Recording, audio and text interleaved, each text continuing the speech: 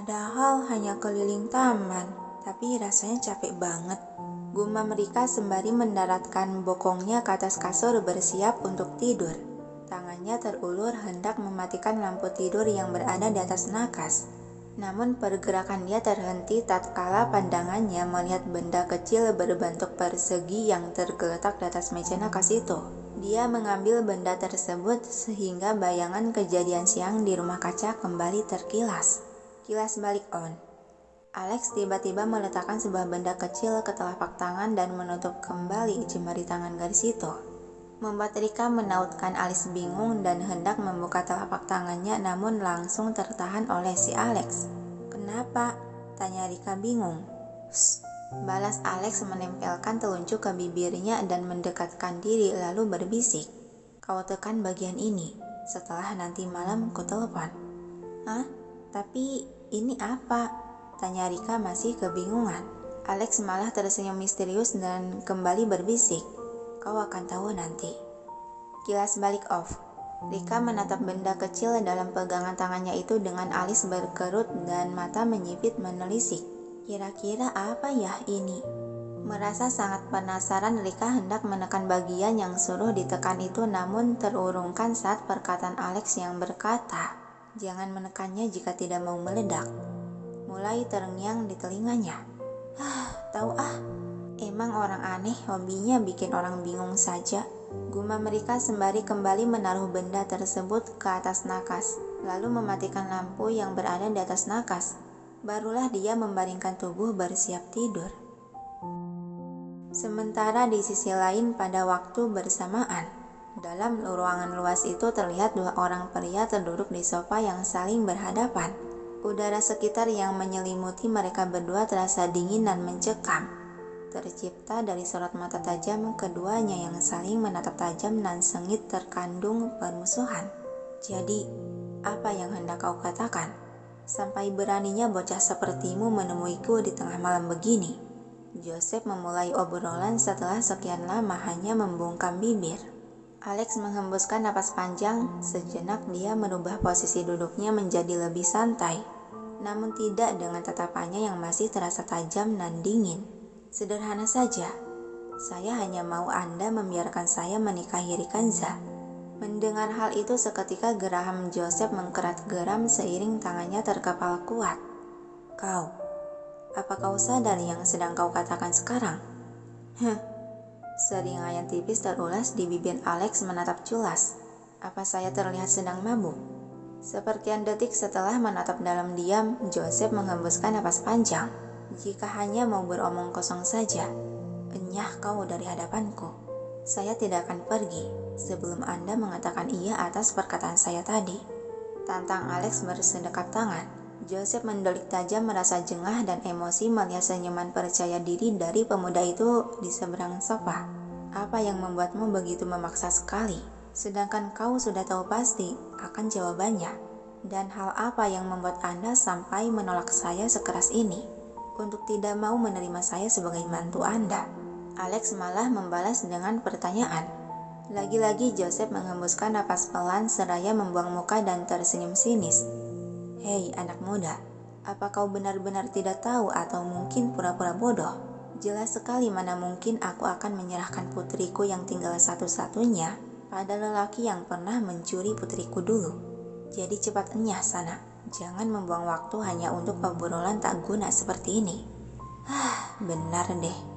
Anda itu masih saja tidak bisa diajak bicara baik-baik ya, ucap Alex seiring auranya berubah menggelap disertai sorot mata yang amat tajam penuh penekanan, sehingga membuat Joseph sempat tertegun merasa tersudut.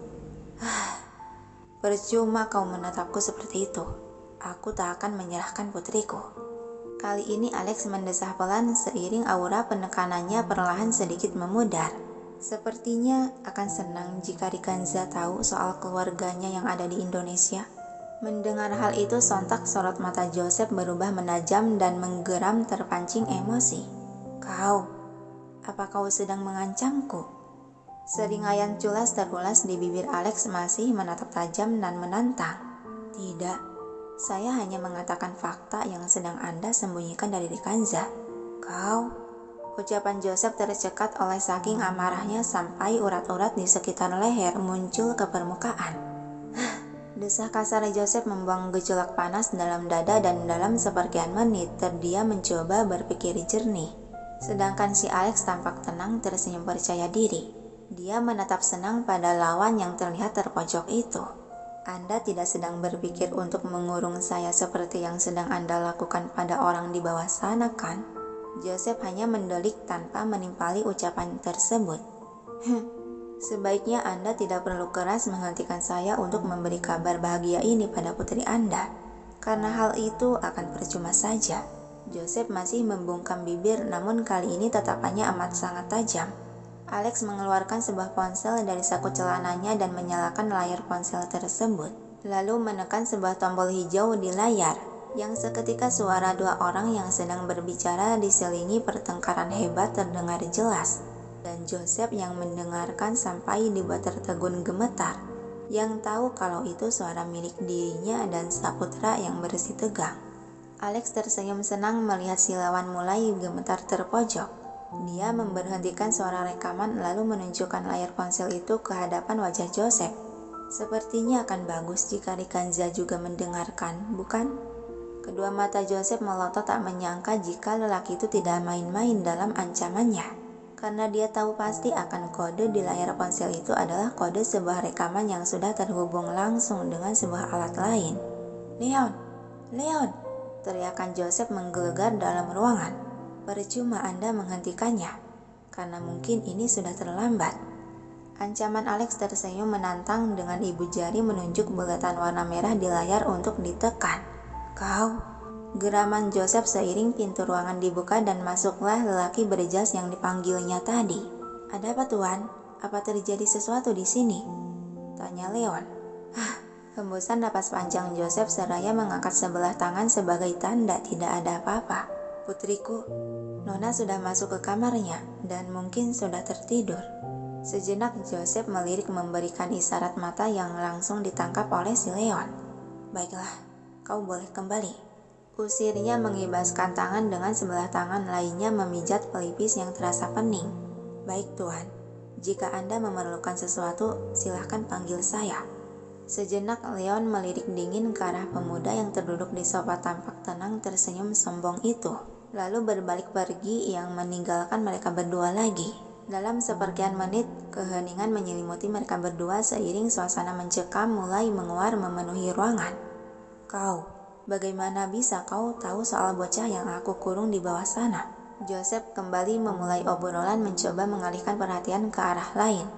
"Apa sekarang Anda sedang mengulur waktu?" Tapi sayangnya, saya tidak sebodoh itu untuk membiarkan anak buah Anda mengobrak-abrik kamar Rikanza," kata Alex hendak menekan tombol merah itu lagi. "Tunggu," cegah Joseph. Alex melirik tajam, sudah habis kesabarannya untuk menunggu, dan melihat sorot mata itu Joseph akhirnya mengangguk kepaksa. Baiklah, aku akan menyetujui permintaanmu." Seringayan terukir di sudut bibir Alex. "Berikan saya jaminan yang sah." "Jaminan?" bio Joseph. "Ya, bisa saja Anda membodohi saya, maka cepat berikan jaminan."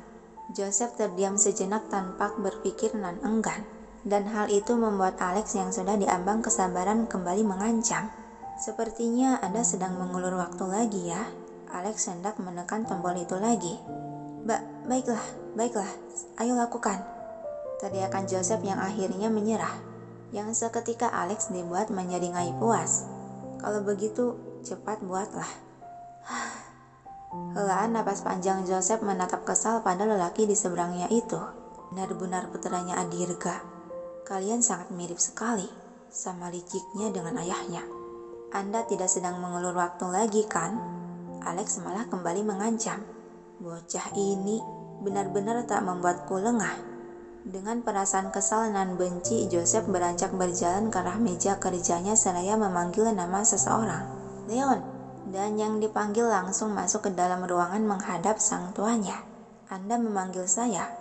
"Ya, siapkan dokumen perjanjian. Kalau boleh tahu, perjanjian apa yang hendak Tuan buat?" Joseph mulai menjelaskan awal perjanjian itu harus dibuat pada si Leon yang mendengarkan dengan seksama. Ada senyuman kepuasan di bibir Alex saat melihat dua orang itu sedang sibuk berbicara dan bergerak menyiapkan apa yang diminta. Dasar orang tua bodoh. Kalau tahu akan semudah ini, mungkin sedari dulu aku lakukan hal ini. Batin Alex merasa senang rencananya sesuai dengan apa yang diinginkan.